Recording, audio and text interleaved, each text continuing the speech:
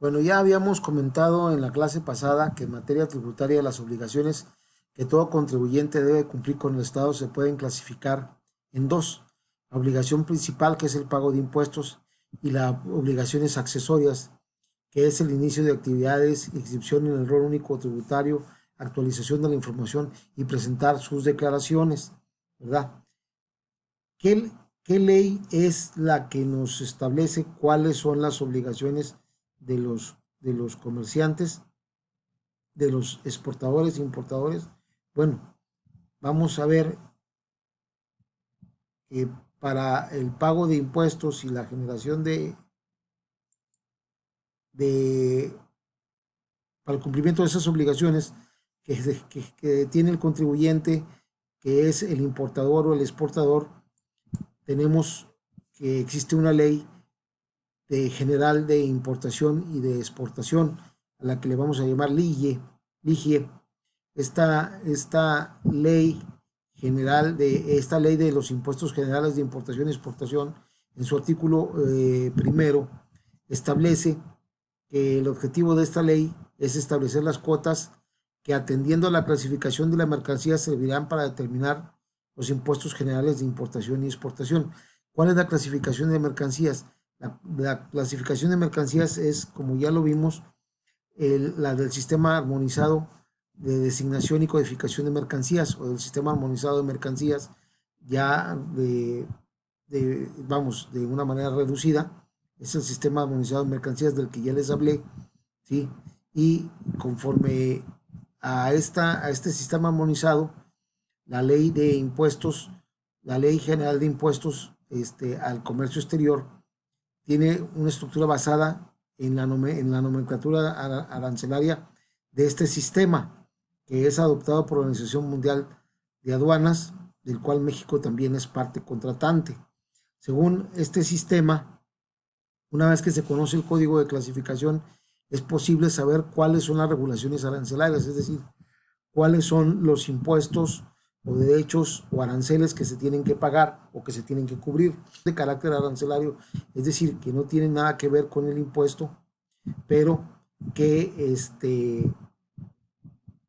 sí, sí forman parte del procedimiento para la internación o exportación de mercancías. Esta importación o exportación de mercancías se hace a través de diversos regímenes aduaneros. Por eso debemos de entender nosotros lo que es primeramente un régimen aduanero.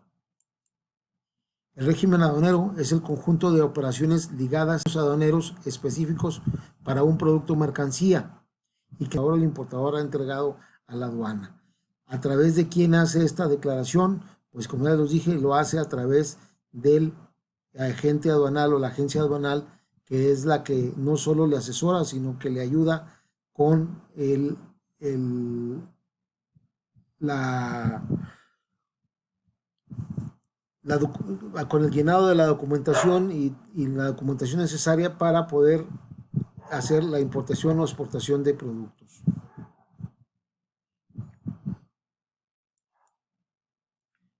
Respecto al régimen aduanero, la ley aduanera mexicana contempla un conjunto de 6 diferentes regímenes aduaneros, con sus respectivas variantes dependiendo del tipo de movimiento que se vaya a realizar con las mercancías, ya sea importando o exportando estas. Estos 6 regímenes aduaneros son los que conocemos, los que vamos a conocer como definitivos, temporales, en depósito fiscal, en tránsito de mercancías, para la elaboración o transformación o reparación en recinto fiscalizado estratégico, ¿verdad? Estos 6 regímenes aduaneros son los que vamos a explicar a continuación. Empezamos con el régimen aduanero definitivo. Perdón, aquí tenemos dos variantes. La importación definitiva, que se pronuncia al ingreso de productos o mercancías que llegan desde el extranjero y los cuales tienen como fin permanecer en el territorio nacional por tiempo no estipulado, ¿sí? Por eso digamos que nosotros tenemos una importación definitiva cuando ingresan a nuestro país esos productos o mercancías que vienen del extranjero y los cuales tienen con fin permanecer en el territorio nacional por un tiempo que no se ha estipulado. Y tenemos la exportación definitiva. Tiene el mismo concepto que el anterior, pero teniendo como finalidad el envío de mercancías y donde las mercancías no tienen tiempo estipulado para su permanencia en dicho lugar. Es cuando nosotros sacamos las mercancías de nuestro país para enviarlas a otros países y no tenemos estipulado para su permanencia en dicho lugar. También tenemos los regímenes aduaneros temporales. Los regímenes aduaneros temporales, en este caso tenemos dos variantes con sus diferentes subvariantes. Primero, de importación, con finalidad de retorno al exterior en el mismo estado o sin ser manipuladas la mercancía, es decir, entra temporalmente a nuestro país, pero va en camino hacia otro lugar, entonces retorna al exterior en el mismo estado sin ser manipulado, o sea, no se modifica, ¿sí? O puede suceder que entre con su uso final de elaboración, transformación o reparación, ¿sí? De exportación con la finalidad de retorno al exterior en el mismo estado o sin ser manipulado. Es decir, sale del país, ¿sí?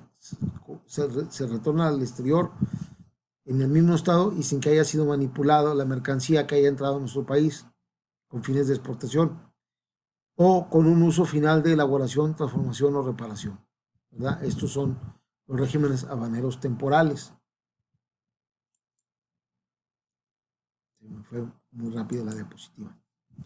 Depósito fiscal son aquellos que tienen remitente, ya sea del extranjero o del territorio nacional, y que tienen como destino permanecer bajo resguardo en los almacenes generales de depósito. Para esto es necesario contar con la autorización de las autoridades aduaneras, además de prestar el servicio conforme a los términos y condiciones previamente establecidos en la Ley General de Organizaciones y Actividades Auxiliares de Crédito. ¿Sí?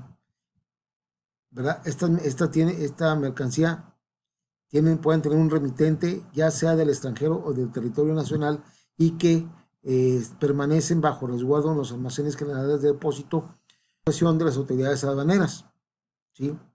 Ya sea para su importación o su exportación.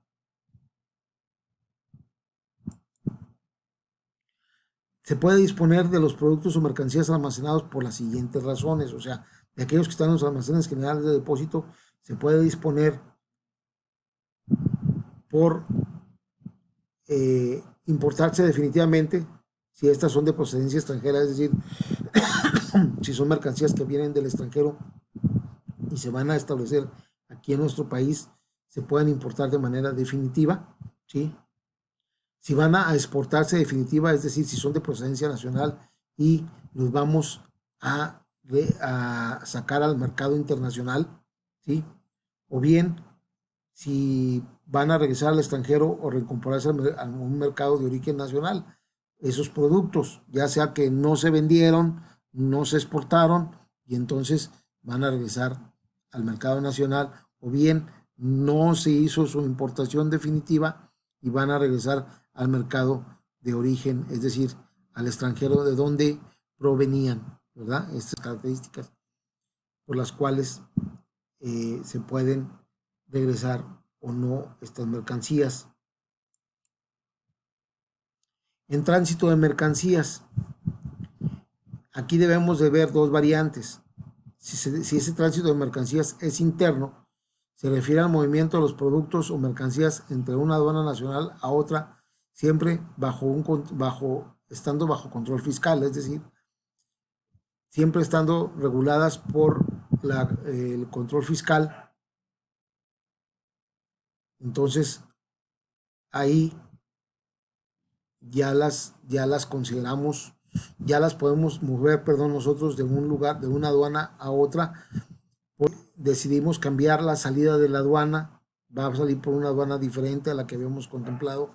Entonces, como ya están documentadas, como ya están, tienen su pedimento aduanal, pues el traslado de una aduana a la otra tiene que ser siempre bajo un control fiscal, es decir, para que no se modifique o no se cambie la mercancía que previamente se documentó.